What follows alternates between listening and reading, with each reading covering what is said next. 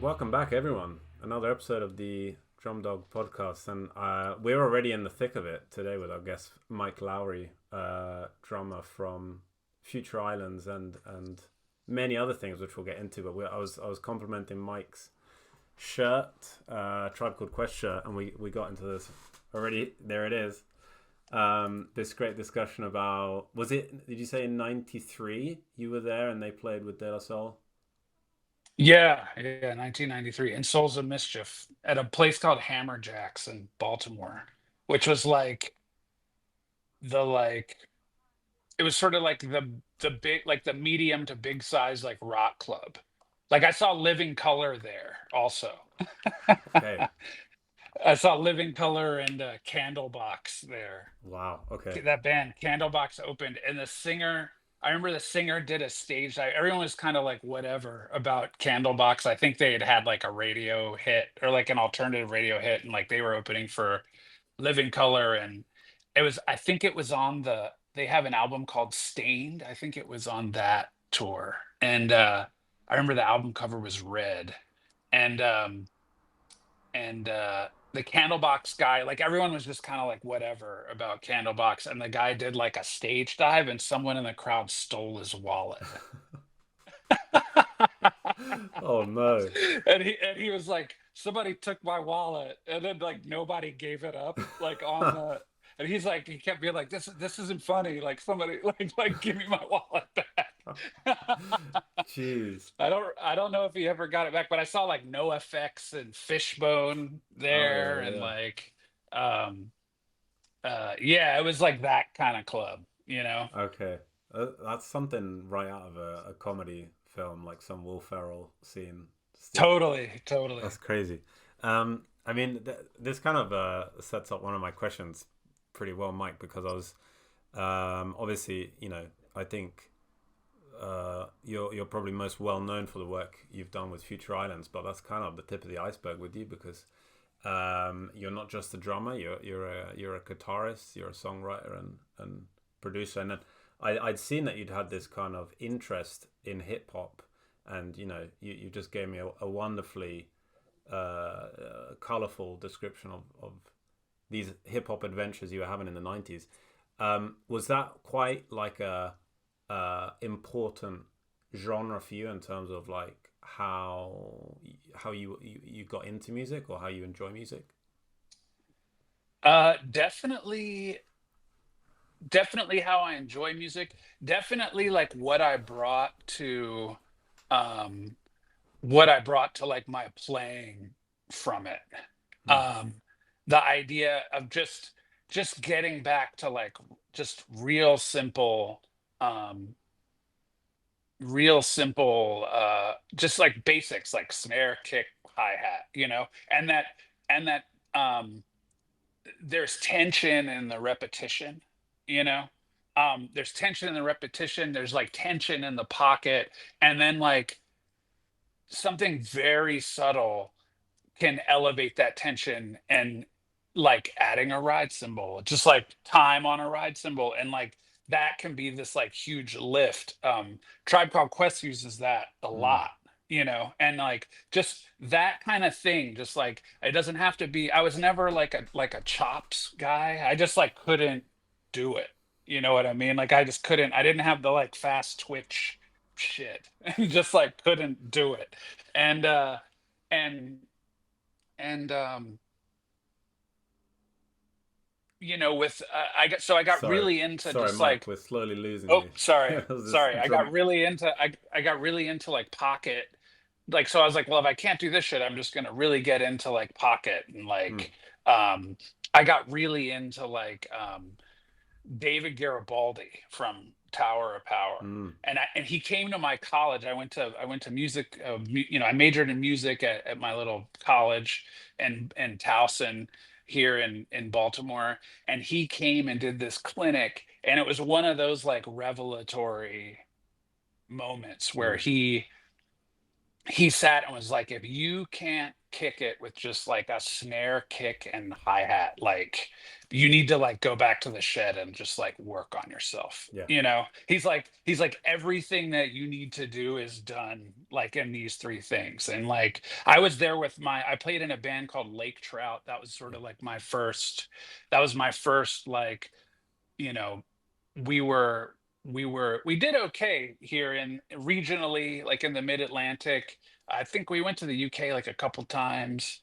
But it was just like a good group of friends, and it was that kind of my first real connection with like instinctual connection with like other players who were like my friends, who we like all Mm. listened to the same shit, and we had this sort of, you have that, whatever that thing is, that's like a special thing about the guys that you play with and form a band with. Like we had that, and I was able, the bass player is actually, still to this day like one of my best friends. I consider, my family considers him like a brother. Mm. And he and I both went to that clinic together. Mm.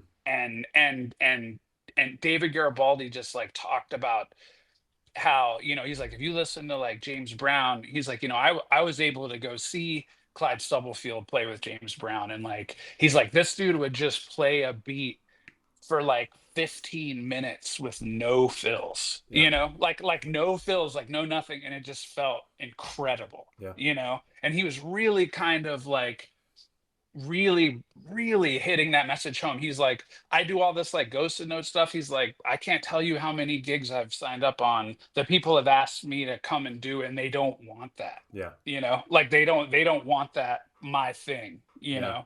um and he was really so sort of looping that back around to what I was able to get out of hip hop. A lot of those basic elements, like just snare, kick, hi-hat, like how do I make that feel good? Like, you know, um, eh, how do I, like I said, just like adding like a ride cymbal, like Yeah. over a break, like, nothing else can change if you add that ride cymbal, like that's a huge change. Yeah.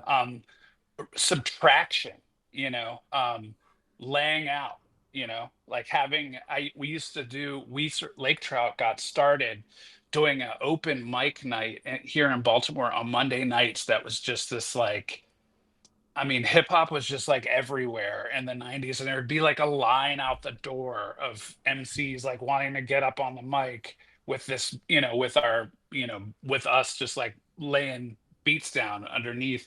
And like, just like so much of it would sort of what I consider the success of an interaction with a particular artist would depend on like where we could sort of link up, and like how I could complement what they were doing by like dropping in and out, dropping Mm. out the snare, dropping out the hi-hat, dropping out like just all like Yeah. really simple stuff. And all of that was informed by the low end theory, especially. Just and also like it's such a dark sound, like it's such a Mm. dark sounding album. And that really sort of affected the way I wanted like drums to come across. Like that's how we wanted our drums to come across in like recordings. We were like all about like, no, like push the low end, Yeah. like Yeah. we want it like dark, we want, heavy kick drum, um, thick. Our bass player like switched to flat wounds. We were like, Right. we want like a like that dark, warm. And then the stuff that we were doing, like that sort of the scene that we were kind of in, apart from like that open mic thing, there was also kind of like a jam band scene that we were kind of lumped in with, and like none of that was happening like in that world. you Right. know um People didn't really pay attention to tones like that, Yeah. like in that regard. And just having good tones like made me want to play less. You know what I mean? Mm. Because like I could like get into the vibe of a kit, that sounded like, oh man, this is like, if we, if you have some old Gretsch kit or something like that, and you can get those like Clyde Stubblefield tones, like I don't really want to play that much. Like I can just sit and kick a beat and just enjoy listening to the way the kit sounds. Yeah. Yeah. Yeah. Yeah. Um, Did that um, come naturally for you? Because I feel like that is such an underrated thing, to know when to just strip it back. And in young players especially, I think they have difficulty doing that. Uh, I I I think in some ways it was instinctual because I was really good at like um I was really good at sort of connecting with people and like trying to find like where's the moment? Like where how can I like mine the moment out Yeah. of this? Out of like whatever this like interaction is. But it wasn't necessarily instinctual for me to like, especially when I was younger, to like drop out and use like subtraction. Like that was all stuff that we would like sit around and this is why like one of the reasons like when you're young just like touring around the country in a van with your mates is like that's like key growing time because you're up all you're driving all night, you're all like listening to the same thing and there's nothing else to do. There was no phones like Mm. back then, you know what I mean? So like we'd all just sit around and like talk about like, well, what made this cool, like what's so cool about this. Like I love how having your bandmate who you trust be like, it would be cool if like you did this, or if they had an idea that would be like, yeah, the whole idea is just this kind of beat, but like drop in and out.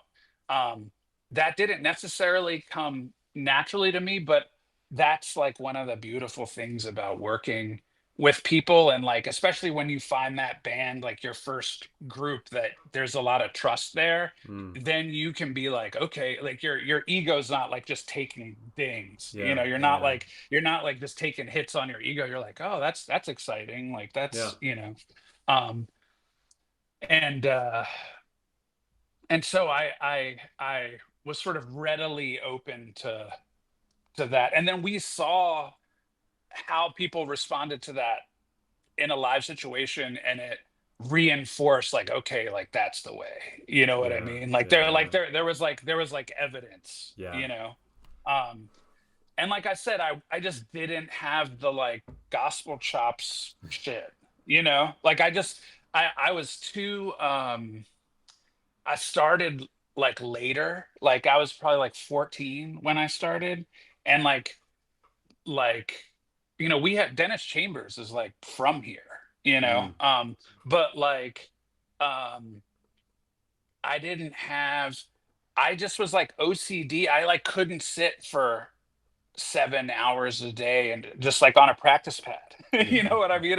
And just like work on my singles or work on my doubles. I wish that I did, you Yeah. know. Um um but I mean the whole way that I started playing was like my friends and I decided to form a punk band, and I was initially going to play I wanted to play guitar, Mm. and they were like, my one friend was like, no, I'm playing guitar, you can play drums. And Okay. I sort of was like, okay. and and that was sort of how it started. Did you have a drum kit? I had like a toy drum kit, Okay. Okay. like that my parent like it was like the Beatles toy, like the Oh, heads okay. were like paper, Right. and the first song I ever learned how to play was True Faith, the New Order song. Okay. Right. um and it was only because I could really pick out what the snare my ear could pick out what the snare part was doing. Hmm. But it's interesting, like we just played a festival with New Order like over the summer in Utah. It was incredible. It was incredible waking up and getting off the bus in Salt Lake City. And I'm like sitting there like brushing my teeth in the morning and like looking at the mountains like surrounding Salt Lake City. And I'm hearing this is like 9 o'clock in the morning, and I'm hearing New Order sound checking with like Age of Consent, you know? And Wow. you're just like, fuck me, you know what I mean? Like it was, and I got like, we went and watched their show. They watched our show. Like I talked to like a couple of them. Like we were sort of playing. I like looked over and was just like, oh shit. Yeah. And like Jillian was like, I really love you guys. And like, I was like, what? Like this is crazy. And I Uh, didn't get to be like, True Faith was the first song I ever learned on drums. I totally didn't even think about it until like later. And I was like, you know what? I think that was the first song I learned on drums. And um it's interesting now thinking back because I could pick out the snare part, but I didn't realize that like the snare, kick, the hi-hat, like all of that was like one thing Yeah. that like one person was doing. Yeah. Like I could just Yeah. hear the one snare part and I was like, "Oh, this is all it is?" Like, Yeah. dat dat dat dat. Like I was like, "Yeah, that's," and I just would sort of play along to that. And my parents and then I got a drum set at a thrift store. Like I started playing my middle school had like an orchestra band, Hmm. and you Hmm. just sort of played snare drum. And I had this like metal snare drum in this big like suitcase with like a little stand that went in there. And I would have little lessons on Wednesdays that were just like snare drum that really was like, here's what a quarter note is, some Yeah. like basic syncopation, like that Sure. kind of stuff. Hmm. But the guy, I remember once we like had to do our these little recitals at the end of every lesson, that kind of overview of like Right.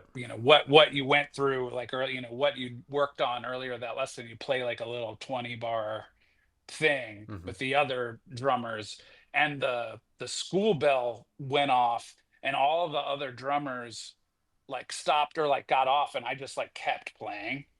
Like I Okay. didn't get off, it didn't throw me off. I just like kept playing. And the guy was like, "That's really cool that you could keep playing like through that bell. Like that's it was so distracting. Like that's really," and I was sort of like, "Huh." Like I didn't think it was special in any way. Yeah. And So then when my friends decided to form this punk band, I had wanted to play guitar, but I'd had a little bit, this little bit of experience with drums. So I wasn't really like super, I wasn't going to fight about having to play drums. So I Mm. was like, okay.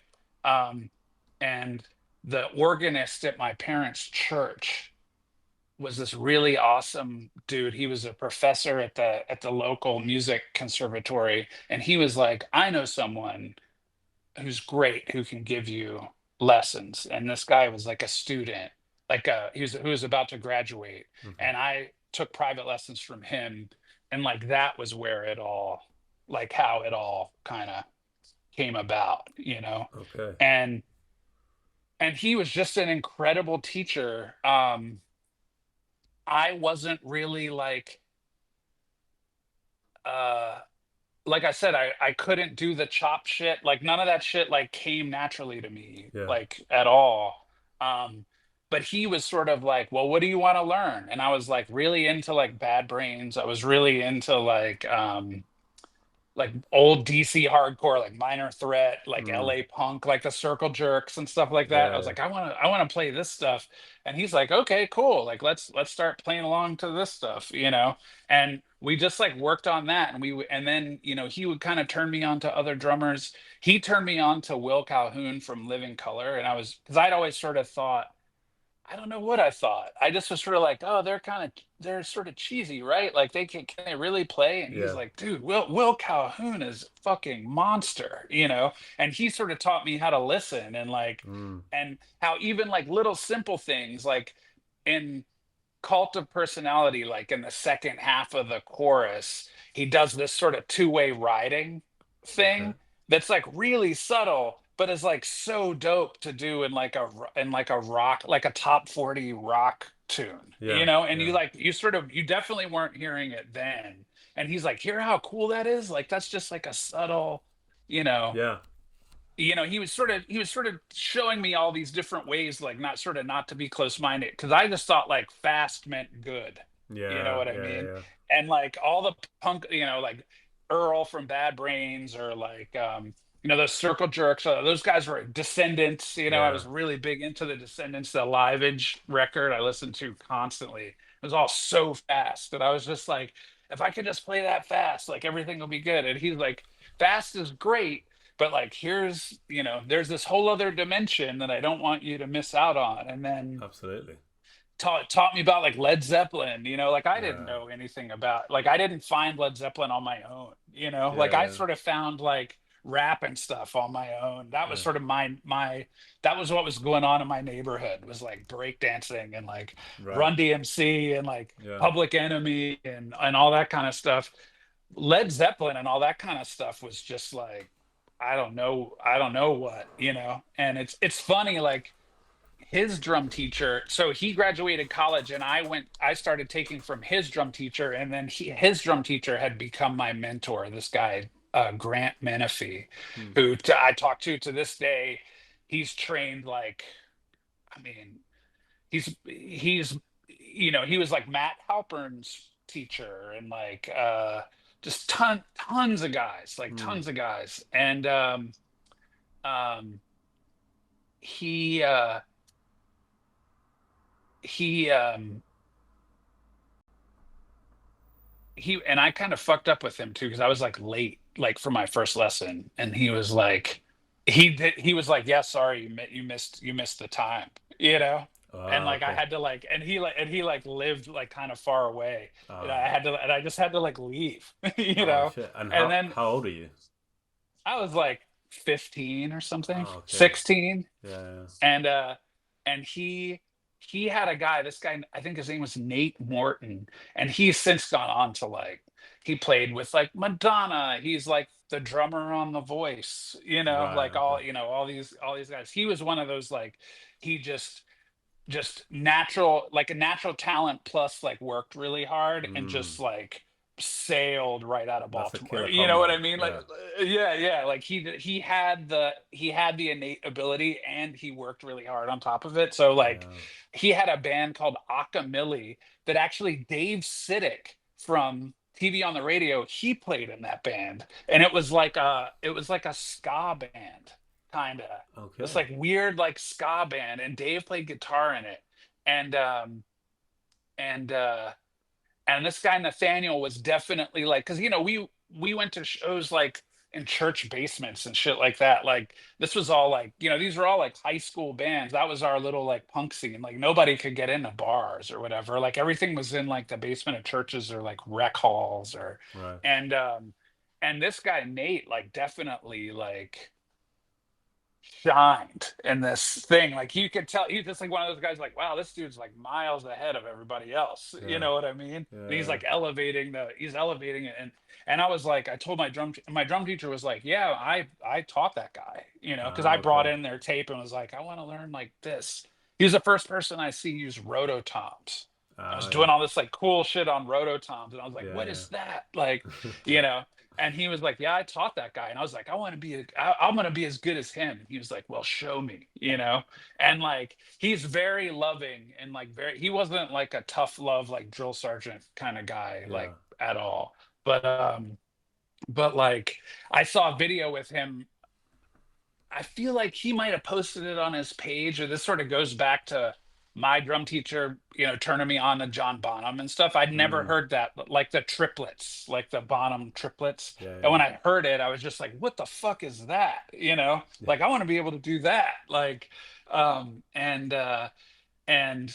my drum teacher, that Grant, he had posted this video of, I think it was him. It was either him with a student who was like 10, and like they were listening to Good Times, Bad Times, Yeah. and he's sort of like listening to it, and he's like, okay, like, and you could see like in his head, like he's processing it, like it's not that big of a deal, and then he hears those fucking foot triplets, Yeah. and you could just see like the doors like blow open like on this kid's face, you know what I mean? And I remember that, and when I saw it I was like, yes, like somebody caught that like on camera, like the moment that this kid's like Yeah. concept of drumming just changed forever, like Incredible. wherever he thought he was, he like suddenly realized there's a whole big world out there, and I'm just like, I just dipped my toe in it, Yeah. you know what I mean? And like, yeah, so that guy, my that original teacher, his name was Mark, and he was instrumental in like sort of getting me into stuff. And then I sort of found my way into I got really into that band Fishbone, because Yeah. they were like real, they had that sort of ska punk thing, but Hmm. then they also had this like funkadelic parliament Yeah. kind of this energy, and I got to see them a bunch of times. And at the time, like in the 90s, I remember I saw them in DC, and I remember Primus opened, Oh. like, And it was like right Nice. after, it was like right before, I think like Suck on This had just come out, Mm. like the live record. And I think they were like promoting that. But like it was Primus and then Fishbone. And it was like no question that Fishbone should have been the headliner. You know what I mean? Like Primus was awesome, but like as soon as you saw Fishbone, like it was just, you've never seen anything like it, you know? Really? Okay. And yeah, yeah, just their just insane energy from the word go. Yeah. Um, the singer, like the singer Angela Moore, like had this whole part of the show where he like, crowd surfed all the way to the back and then like got everybody like going and like a sing along, and then like crowd surfed all the way back up to the front and then would like pick up a saxophone and like start playing it, just like the keyboard player would like be playing on one end of the stage and then run to the other end of the stage, and a hand would like throw him this trombone and he'd like catch it like on the downbeat, and they would just like, it was incredible, Wow. and that from there I sort of got into like, they sort of paid a lot of homage to funkadelic and like Parliament and like these sort of funk soul tunes, and I got into that, and then I just sort of went, that sort of took me away from a lot of the like punk stuff. Yeah. But there was this tie in with all the hip hop stuff because I was like, oh, like that's where that song comes from. Like Yeah. Yeah. that's where that break is, or like that's what that drum beat is, or like, oh, that section is this song, Yeah. Yeah. And I got really, really into that, and then got really into like David Garibaldi. Mm. Um, just because that like left hand, I'm a left-handed person, but I learned how to play drum set right-handed, so Okay. like like this, Yeah. and so You the did that. ghost You of did that no intentionally, or did your teacher yeah, suggest? open wasn't a thing yet, Okay. like I didn't know that was like a thing that people did, was like play open, like, so like some people were like just starting to do that in my small world and here in Baltimore, but like it was just sort of like, no, this is how you play drums, like this, Okay. Okay. and so the ghost note thing sort of came a bit easier to me because I had a lot of control over my left hand because it was my dominant hand, and I got really into that Future Sounds book by David Garibaldi, and that's all like just snare, kick, hi hat, like Yeah. permutations. Um, so much of it, you're like, oh, this is the Clyde Stubblefield shit. Like this is the Steve Gadd shit, Oh yeah. you know. Um, and he's another one that like, 50, when I first heard 50 Ways to Leave Your Lover, I mean, when I still hear it, I'm just like, it's just Yeah. the sickest. It's so simple and it's so sick. Yeah. You know what I Yeah. mean? Yeah. Like just the skip on the bass drum is just like as soon as you hear it, it's like some next level shit. Yeah. But it's like when you look at it like written out, it's like real, it's nothing. It's like Yeah. no, it's not complicated. You No. know what I mean? There's not like a bunch of like, it's not like his like two sticks in each hand, like Mozambique or something No. like No. that. Yeah. You know what I mean? It's Yeah. not like that. It's just this like really simple, really quiet, just groovy as fuck, Yeah. like beat that's just so dope. Um, but like Garibaldi was kind of like that. I got really into that. Their Tower of Power had this record called East Bay Grease, and I just like devoured that record, and then there was a P-Funk live record. It was called Live at the Beverly Theater. Um, and it was like with Dennis on drums. It was from like Mm. 82 or 83. And the band is like Maceo and like Bernie Worrell and George Clinton and Gary Scheider. And I think Eddie Hazel is still alive at that point, Yeah. maybe. If it wasn't, it was definitely Michael Hampton. Um, but Dennis, I think, was like 19 or something like Yeah. at that, and he is just shredding that record. And it's like it's in a way, it's like the most in I've ever heard him play because he's just playing like straight four on the Yeah. floor Yeah. for like a lot of it. But they would do these like horn setups Uh huh. that he would just set up like, I mean, just what it's like when you hear Dennis or like Vinny or like one of those guys, like you're just like, God damn, like, Yeah, like yeah. it's just like some even though it's just sextuplets around the kit, like the way, like where he starts, where he ends it, how he uses it to set the phrase up, like I just was, and he had also started doing this thing where there's like this there's this mid-tempo song that's kind of a hit for them called Knee Deep. It's been Mm, sampled like, it's like Atomic Dog. It's been sampled like a million times, but in this live recording, he's like, he would sort of be playing like the straight four on the floor, two and four on the hi-hat, and uh, then every once in a while he would go into this like triplet figure on his feet that would just be like da da da da da da da da da da da da da da da da da da da, just like this triplet figure, while like he'd be like do batch boom batch better better better better better better better better, like oh with his shit. feet, Okay. just like that. And I'd never heard that like with double bass, like outside of like a rock No, sure, context, sure. Yeah. and I and need to and like find that. it's on YouTube. Okay. um it goes on and off of like streaming services with a sort of annoying regularity, like it Mm, it there must be some kind of copyright problem yeah. with it, or like somebody gets in a stink, or writes up the rights of it transfer over or something, because like Yeah. every Yeah. couple months I'll see it on there and be like, oh, it's back, and then it'll Yeah. go away, again. But it's just incredible playing. I've never heard them sound better, and I've Mm, seen them a lot, like P-Funk. Um, and that was sort of at their like peak. It was like watching, like Stop Making Sense or something. Like mm, it's a band that's like that fucking tight. Like yeah. they've been doing the show for a while. This is like in the middle of the tour or something like that, and they're just, it's innate. Yeah. Like they're not even thinking. Like it's I just mean, it's really sold it. I need to go and search this out, and I think it is anyone listening sick. should do the same. Yeah. Um, It is fucking sick. well, one of the things made me so earlier on you mentioned you painted that picture of you're in Utah, you're brushing your teeth, and you can hear New Order warming up, and it was like, oh my god. Have there been any other moments like that in like recent times where you're just like, Jesus Christ, I can't believe I'm experiencing this right now.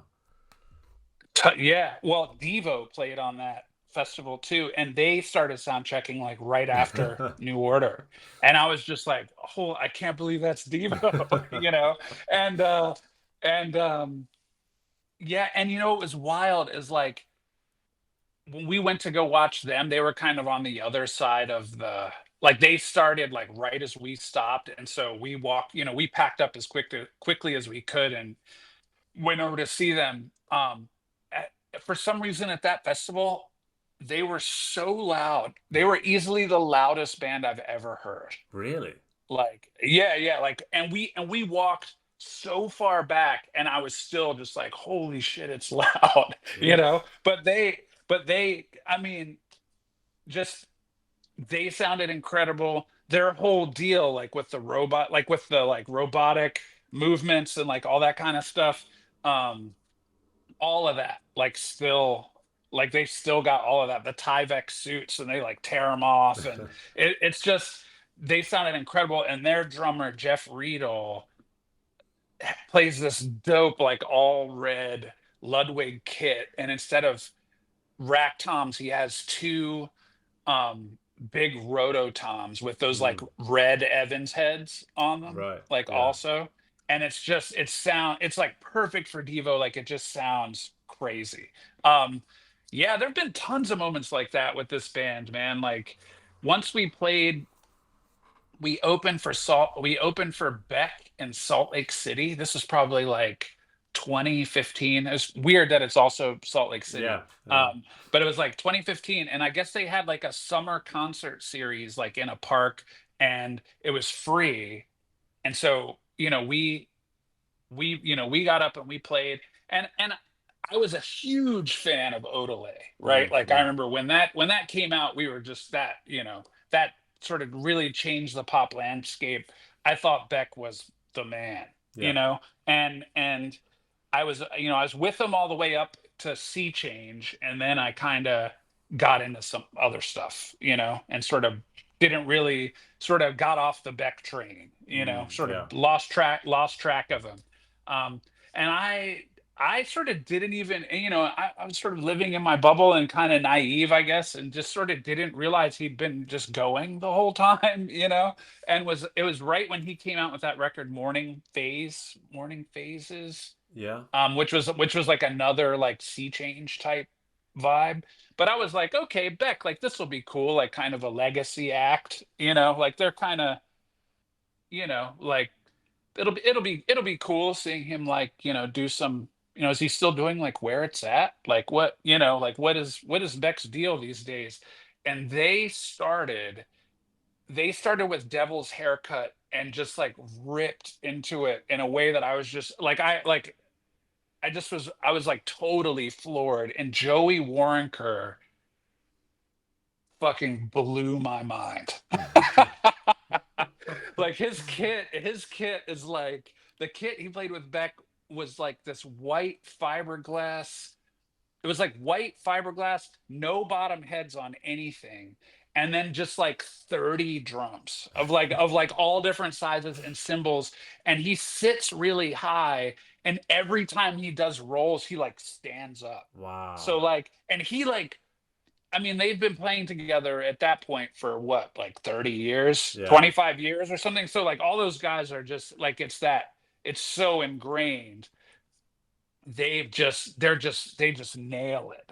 You know Yeah. what I mean? And it was just I've never heard him like stretch out over their Yeah. songs, like stretch out over the hits and stuff. And he was just it was incredible. Their drum tech, um, and he just has like a row of snare drums behind him. I mean, talk about like a tones guy. Yeah. Like he's got like a 16-inch kick and like a 24 and a 26 and like all these snare drums behind him, and the tech just sits behind him during the show, and they'll like swap snare drums out Wow. in between songs and stuff. And at the end, Jeez. like when they like went off, I was sort of looking at the kit, and the guy was like, "You want to come and sit at this kit and take a look at it?" I was like, "Fuck yeah, I do," But I like sat down. I was like, "Holy shit!" And it's just, I mean, it's like it looked like it was like satire, like sitting Yeah. down behind like that many,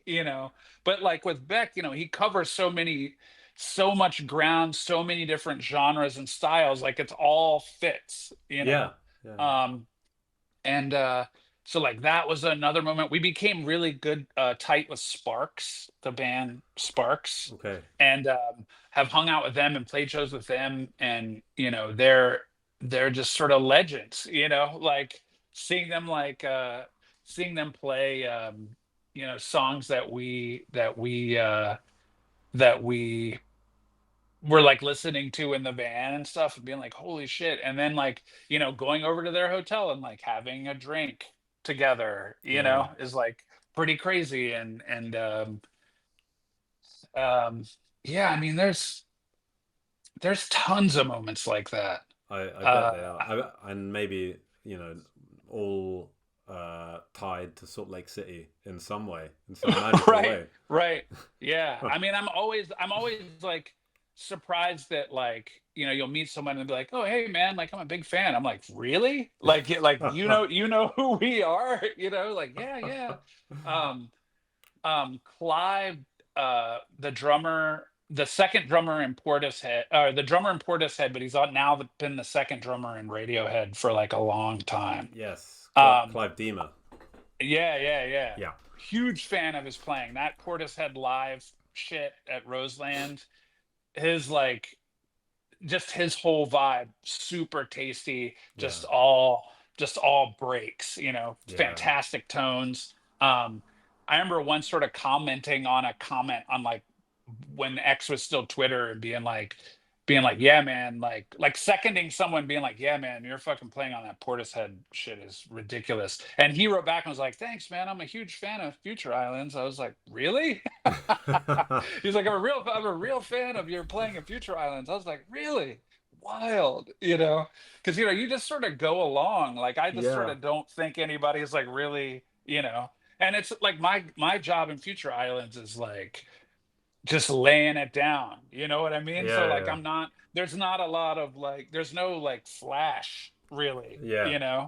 But hey, so I'm always like surprised when someone's I love your playing in Future Islands. I'm always like, really? Huh? Okay, cool. Thanks, man. Like, because I but mean, Clive, I put a lot of thought into what I do for them, but I always feel like it kind of will mostly go sort of unnoticed unless you know the songs. You know what I yeah. mean? No, but I think you're doing yourself a disservice. I think Clive is totally right. I think you're laying it down, but you do it so well, and it's functional, but it's also so important to the greater sound, and so I Clive is right. What can I say? Ah, thanks, man. I appreciate that. I'm always like the computer, the little the what's that The that cogs. not yeah, the 9 Inch Nails, that like Oh, pretty hate machine. I always call that like my inner voice, the oh, pretty okay. hate machine. That's just like, no, no, it's not. The little thing, the little wheels are always turning like, is this, can I be doing this better? Can I be doing this like a different way or like, Yeah. you know, um Well, I mean, it's an interesting point actually, because I was going to ask in terms of like how you prepare your drum parts. When if you guys are writing a new tune, what's that process like? Do you immediately know what the part is going to be, or do you do drafts of it and change it? sometimes, well, so it seems like a couple paths have emerged. So I'm a very big proponent and like um, kind of getting whatever your strongest way is of writing or getting the idea out. A lot of people have a bunch of different ways. I'm like, we need all the ways, like fire. We need all the ways, like firing at all times. Okay. So like Garrett, the keyboard player, he writes a ton of stuff. That's like he'll write it like top to bottom.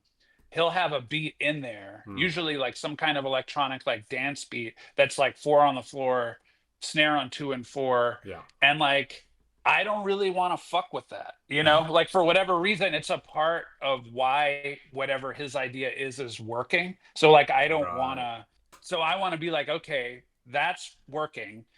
How can I keep that, but then still bring some dynamic Hmm. like to the song, And like sometimes that might be like there's a song on the latest record called The Corner of My Eye, where like I think I only played ride cymbal on the recording because the drums were like already in there. And I was like, these drums sound great. He's got like fills and shit in there, like this is working Yeah. great. And you didn't want to touch Like it. I don't want to touch it, but Yeah. I'm gonna play some cymbals over it, give it a couple. There's that like add that ride cymbal in Yeah. there, to like kind of give it a little lift, give it a little dynamic. Maybe there's a way, or maybe some percussion. Maybe there's a way I can play off of some of the spaces that are available, almost like a sample, like drop a Yeah. little percussion sample in there, or something that Sam says, or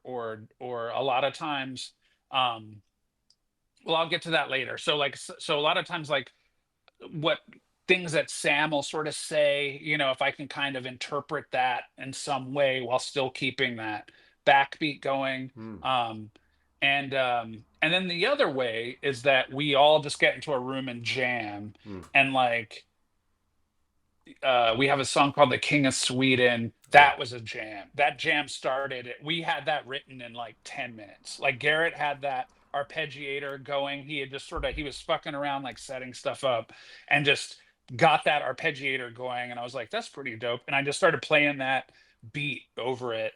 And we had the song written pretty much the instrumental in like 10 minutes. It was like the first day of recording or something. Wow. And we always try to have moments in the sessions where we start the session out where we just press play and just jam for like an hour, because then we Hmm. can like go back if anything's sticking. We can mark it, chop it up for later, Yeah. maybe work on it. I mean, we have tons of back stuff like sort of waiting to be, you know, turned into something. And so like that's another way. Um, there's a song on the new record called Gimme the Ghost Back that like William actually came up with the drum part to that. And it's this sort of relentless kind of what he had originally written was like this sort of relentless kind of reverby, upbeat like goth beat with like toms in it. And it was kind of cool because it's a simple beat, but I wouldn't have come up with it. Like Mm. I wouldn't have come up with that particular like thing. So so I learned so learning his thing and then like sort of adding in like where I felt like it could be, Mm. adding in symbols, like what kind of hi-hat pattern is it gonna be, or like, um, and then like trying to get those tones matched. Um, so there's like, so like I said, all the ways, like if Yeah. something's Yeah. working, I tend to not be like, well, I don't really have anything to do with this idea, so scrap it and let me put my shit in it now. I'm like, if it's working, like let's keep what's working, and then I can hopefully add to add to it in some ways. Sometimes there's nothing for me to do. You know what I mean? Like I'm like, this is great. I'll re-record it if you want, but like I really don't think it needs it. Yeah. You know what I mean? For sure. Um, where things sort of take a different turn is like once we start playing them live, they keep developing. And it's something that Mm. has sort of been frustrating to us because we'd really like to be able to bring that into the studio. But oftentimes, like to capture that on recording, but like oftentimes that it just doesn't happen until we've been playing the song live in front of an audience for we've played it like 50 times in Yeah. front of audiences, and then like Sam has dance moves and like I'm doing stuff like the way Clyde Stubblefield would like follow James Brown. You know what I mean? Like I'm doing that, like watching Sam. Like if he's smacking the ground, like I'm hitting a cymbal or I'm like scooping a hi-hat or like, so he's come up with whatever kind of dance thing is Right. happening in the song by that point. I'm following that. Plus just there's that adrenaline like live thing that you'll just add to stuff because you're playing live in front of people, and it's you're just not going to come up with it in the studio. And a lot of times we just don't have that much time. Like we don't all live in the same city anymore. Like me and Garrett still live in Baltimore, but like Sam lives in New Orleans, William lives in LA. So we get together for like weeks and we just move as quickly as possible. So it's Right. sort of like, all right, like that's great. So the songs don't really have a lot of time to like what's on the record is just sort of like the beginning of this song's journey. And I Mm. wish there's a couple times that like Plastic Beach off of the last record, that was a little bit for we sort of had a version of it that was sort of the beginning of that song's journey. And then we went and played it for like 6 or 7 months and then went back and re-recorded it. And that's Mm. the version that's like on the album. Right. And we really wish we could capture more of that. And like if like that we had like time to sort of make a whole album that was everything was sort of had gone down the line a bit and Yeah. evolved into like what they're going to be. But there's something exciting about it not being the same like when you see it live. Yeah. Like I like being able to see songs that are like elevated in some way like live versus the recorded versions. Yeah. Yeah. I feel like it helps me like engage with the experience of it being live like a Yeah. little Yeah. more. That's such a great point because even with in a band that I have, it's the exact same thing that I've noticed. Is when you're in the studio, the song is barely been bored. When you've recorded it, it's still very fresh. But then, as you say, you play it 20, 30, 40, 50 times, and it's like collectively as a group you've explored the tune a lot more, and Right. it's more fully formed. And I get, yeah, the connection to that version versus the studio version is different, but you're also totally right. You know, as someone that's going live to see a Future Island show, it will be a slightly different take on when played live, which is what makes live music so great. But Right. the track you mentioned where you didn't record it, you kind of performed it for a few months and then recorded it. That's very interesting. I wonder what a whole album like that would sound like. Yeah, and I think their second album, in Evening Air, is there's a vibe to it that is sort of singular, and I feel like it's because at that time they were just out on the road all the time. This was Mm, before I joined the band. But like they were out on the road all the time, and those songs like have a vibe of just like they had been playing all those songs, yeah, like, and they had sort of grown a little bit more past like what their initial like inception ideas were. It's funny, I saw that did you ever see that here in the States it was on Hulu, but it was that Rick Rubin, Paul McCartney. They're both, he's just sitting there with the old mixing desk that they had in like Abbey Road, and they're just going through Beatles songs, and Rick Rubin is like isolating stuff out and being like, tell me about oh, this. And like I've seen he's like, tell me clips, about this but harmony, and like tell me about this. It's yeah, so interesting because like Paul McCartney, I mean, at the time he was probably like 77, and he's listening to music that he made when he was 23, yeah, you know and he's like, and he's sort of listening, and he'll be like listening to it and he'll be like, oh, that's really cool.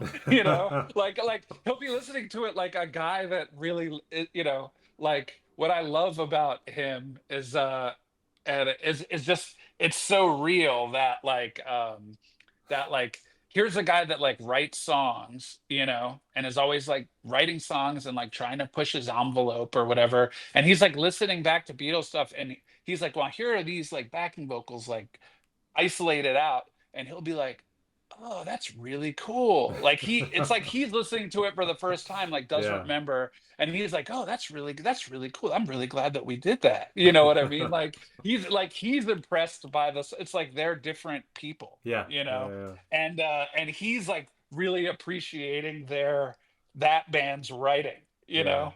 And because they like just had stopped playing live Mm, like at that point, and they just like as soon as they got a good take, like, great, it's done, like let's yeah, move on to the next thing, and just never got to play like half their catalog, and like when I saw him in Baltimore like 2 summers ago, he was like, we're gonna play She Came In Through the Bathroom Window, yeah. that you're like, awesome, and he's like, I've never played this. He's like, before this tour, I've never played this That's song like crazy. live. Yeah, yeah. You're That's just like, crazy. what? Yeah, yeah. Like it's so crazy. Um, his Wow. drummer, man, Abe Laboriel. Fuck me. Talk about, I don't know if you're on to that dude, but I've never like heard of him. No. just he's just, I mean, first of all, like playing in front of like stadiums full of people every night, this like beloved music, like Yeah, that's intimidating, yeah, yeah. but like this dude is like just the taste, like just so fucking tasteful, like he reveres the music, he respects it.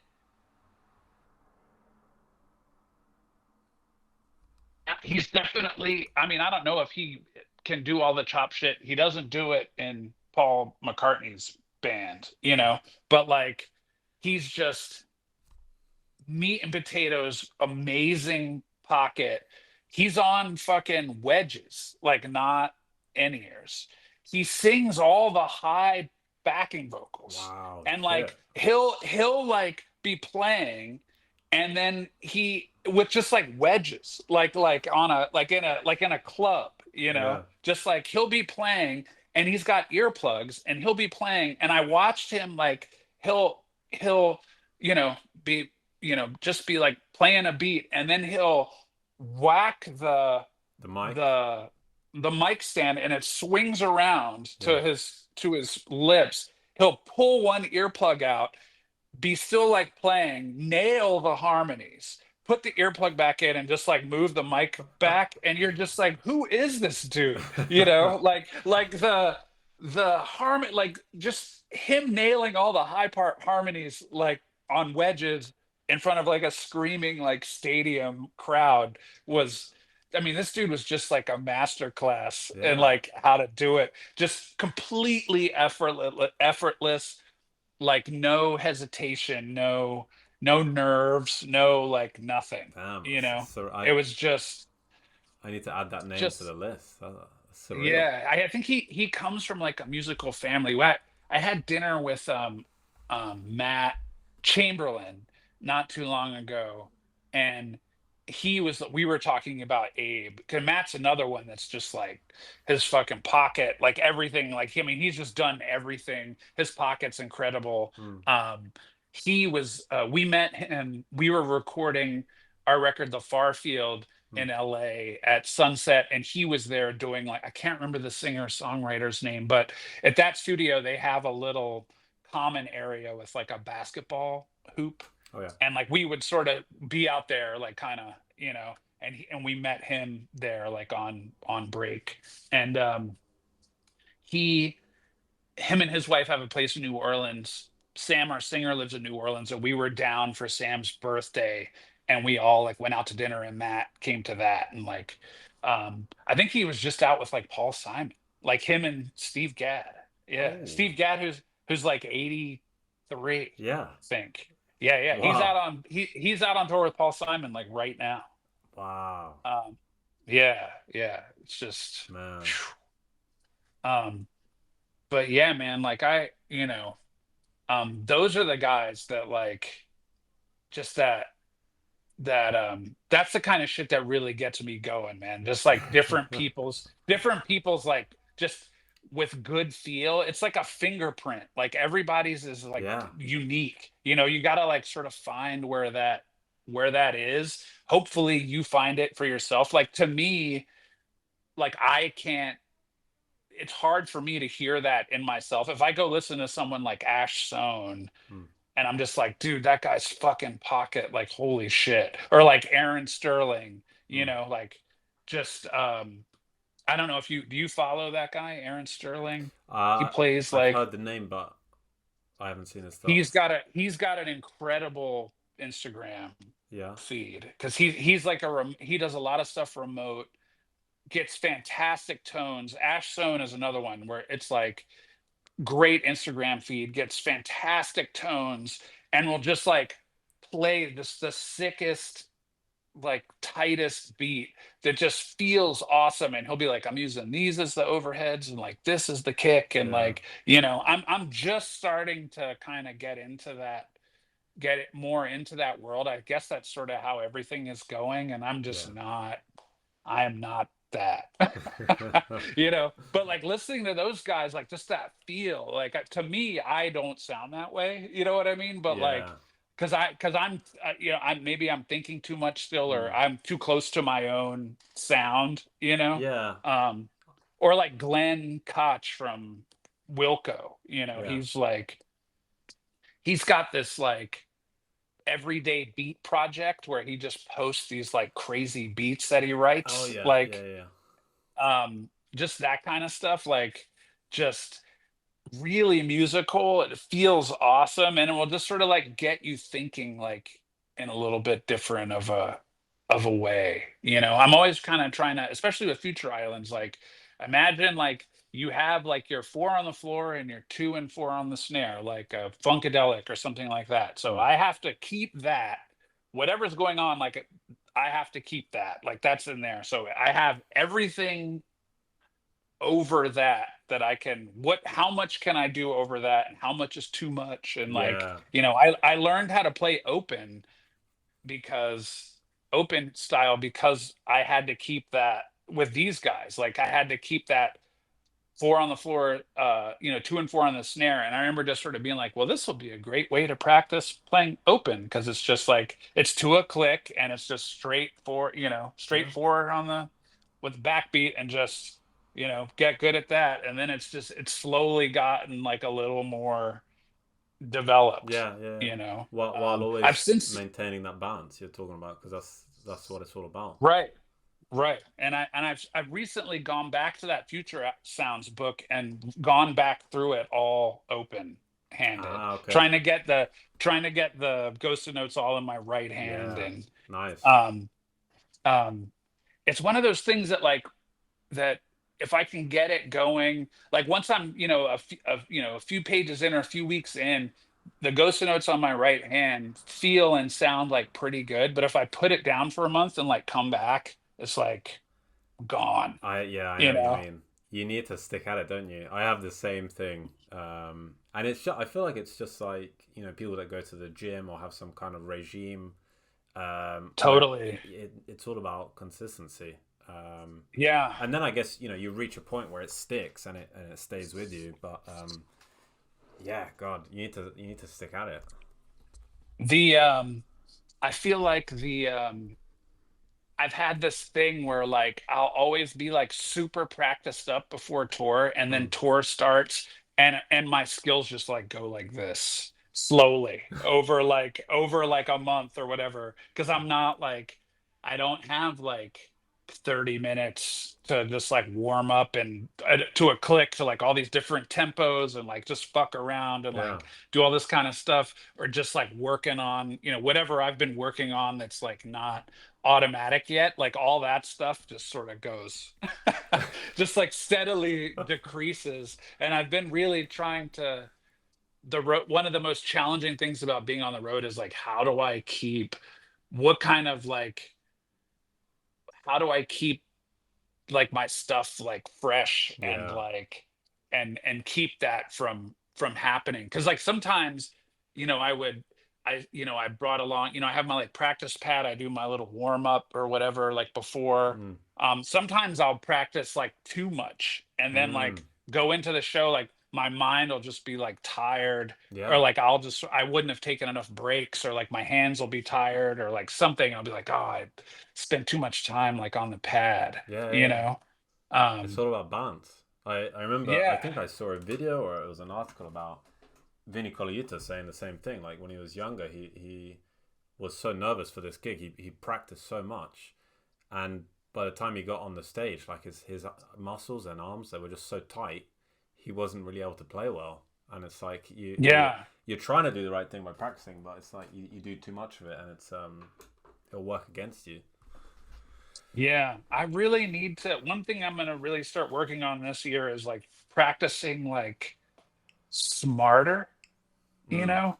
I sort of have done everything by just like rote, and like not rote, but like just like force of will. Like I'm Mm. going to go into my practice space for 3 hours, and I'm just going to work on like my foot for 3 hours. And if I work on my foot for 3 hours over time, it has to get better, you know? Yeah, Like that's sort of been how I've gone for a long time. And now I'm sort of starting to feel like that's not conducive to like actually getting better necessarily, yeah, because you'll sort of get lazy and just sort of keep doing the same kind of thing. And it's like also like a long time, I don't know, you're always trying to find ways to like keep yourself um keep yourself like energized and stimulated. invigorated, Yeah, stimulated, and how to like stimulate your practice, because it yeah, is it is a practice, for sure. like everything in life. I recently had gone through, I was watching some, I'd been really wanting to get my single strokes up like to a certain point, and I saw somebody that was like, yeah, just do this, on pillows or whatever. And I remember Dennis Chambers being like, I would just practice on pillows when we were out on tour with Parliament, like in my hotel room. And that's like how my doubles and my singles, all that stuff just got awesome because I just did that. So I was like, all right, I'm gonna practice on pillows. And I did that, and I did the shit out of it, and like injured my wrist, Oh like shit. right before tour, because I was like trying to push, like I would be trying to push it and sort of like push where my cap out Yeah, yeah, was, yeah. and sort of pushing it for too long without being like, okay, like stop. So tensing up and like Yeah. all that kind of stuff. And I think I like gave myself a little bit of tendonitis, and I was having to like ice my wrist. I just turned 50 too, by the way, this year. So like Oh, okay. there's things happening with my body that I'm like, wait, I gotta, like, I can't, am I not going to be able to get faster or better anymore? Like, does it just like start going down the other side now? Um, which I don't think is true. Like, No, no. if you look at like Joey Castillo, from who used to play in Queens of the Stone Age, Yeah. he's 57. He's out with the circle jerks right now, Mm. just fucking crushing it, Yeah. you know. Um, so those narratives in my head, those like, I have to be careful about giving that too much oxygen, Yeah. and using it as an excuse to like give myself a pass and not continue to like work. But it was a little scary because I've never had wrist problems. I've never Right. had but I found a buddy who I met from Instagram, this guy Scott Pellegrom, fantastic drummer. Mm. Um um you check out his page on Instagram. It's just Scott Pellegrom. Dude's amazing. Um, I hit him up and was like, dude, my wrists really hurt. Like I've been practicing on pillows, like trying to get like trying to, put myself through this pillow boot camp like before a tour. Yeah, And yeah. then tour started and I was just like, ouch. And he was like, ice it before and after every show. And, just keep your warm-ups like mellow and like Yeah. light, like don't. And I think I was like gripping the sticks too hard and like hitting too hard, like Right. in on at for shows and stuff too. So Yeah, like yeah. that was like a big thing.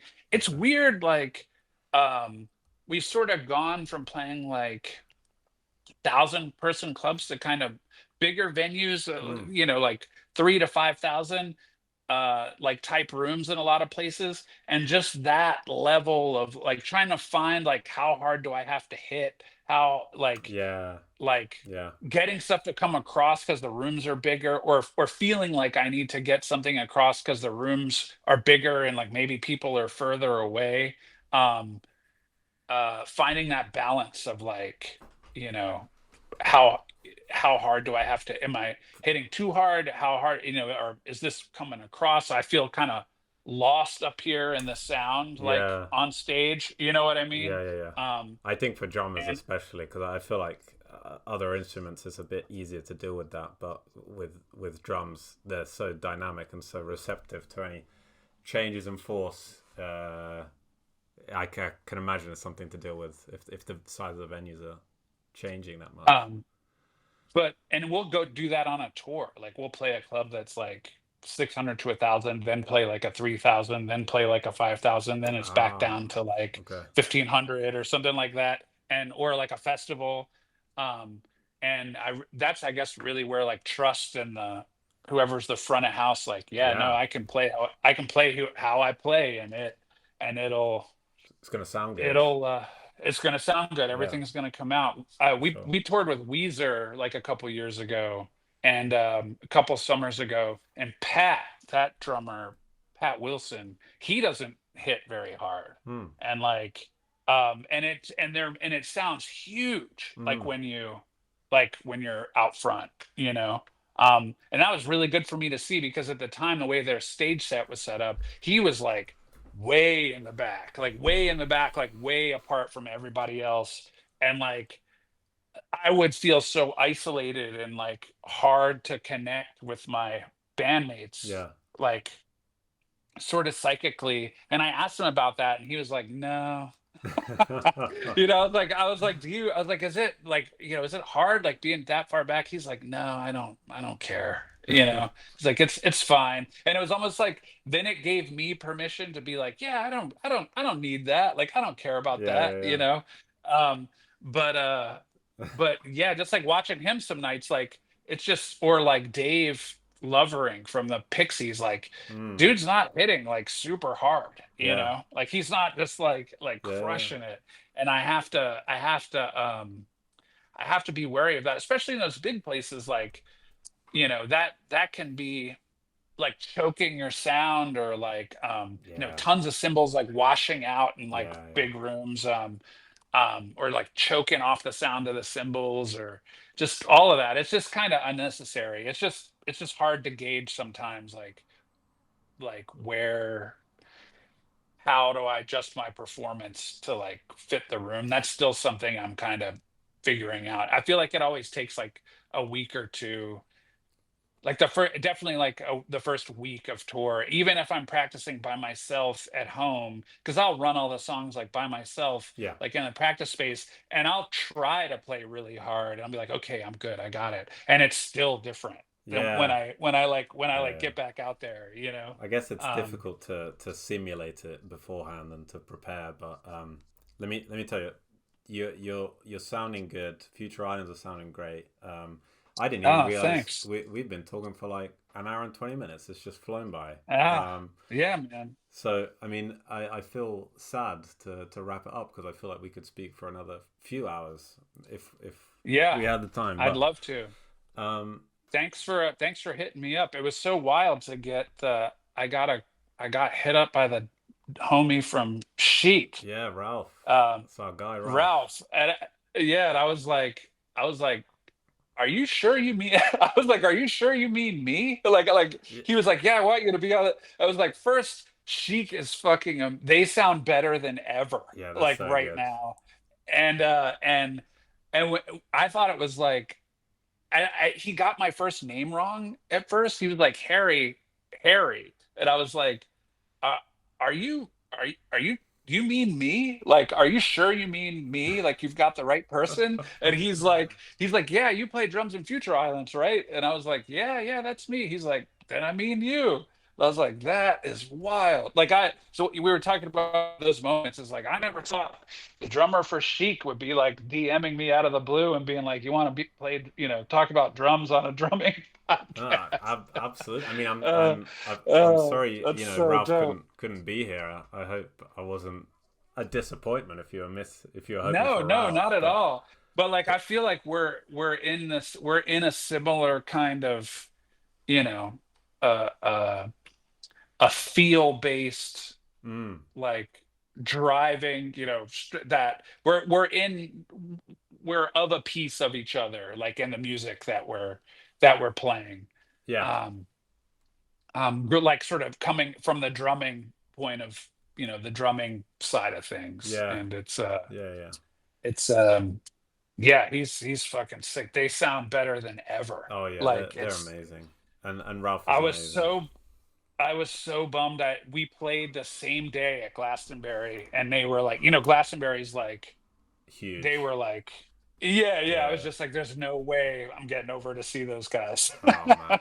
you Well, know. I think Um, they're still touring very often, so you may be able to catch them at some point. Um, they just came through last summer with Duran Duran, oh and yeah, like, yeah, that's right. um, Ralph mentioned. Duran Duran, of course, Clutch influence, band. I think all of those guys are super underrated. Like Yeah, those players. Um, and Simon LeBon actually is a fan of Future Islands. We found out, which was crazy. But then I have friends who are like old like record heads and like beat makers that went to that concert and were just like, dude, Duran Duran was great, but fucking chic, like yeah. holy shit. Still incredible. Like Yeah, we got to yeah. see them like 2 or 3 weeks ago. Just still so incredible.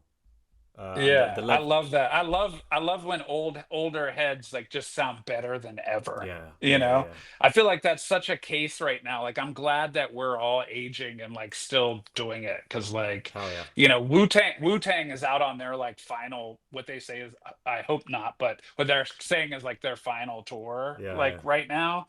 And like, man, like Method Man like sounds better than he's ever sounded, yeah. you know? Like a Like fine wine. like yeah, yeah. Buster Rhymes, like when he came out with like Extinction Level Event 2, like during the pandemic, that shit, I was like, he sounds better than he's ever sounded. You know what I mean? Like it common. Like he just did that record with Pete Rock, like better than he's ever sounded.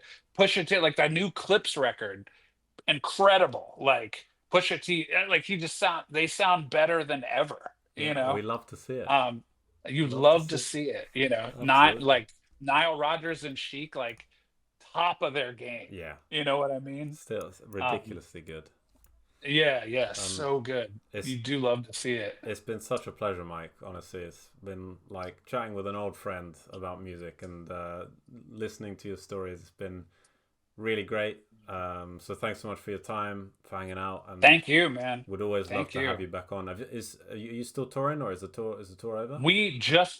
I just got home last night. Like Oh, we okay, tour finished like a week ago, but then my girlfriend and I took a little vacation, and I just got home like last night. So yeah, we're nice. doing Osheaga in Montreal the first weekend of August, and then that's it. We're officially wrapped until a new record comes out. So Well, we've started that process of writing a record, but it's nice.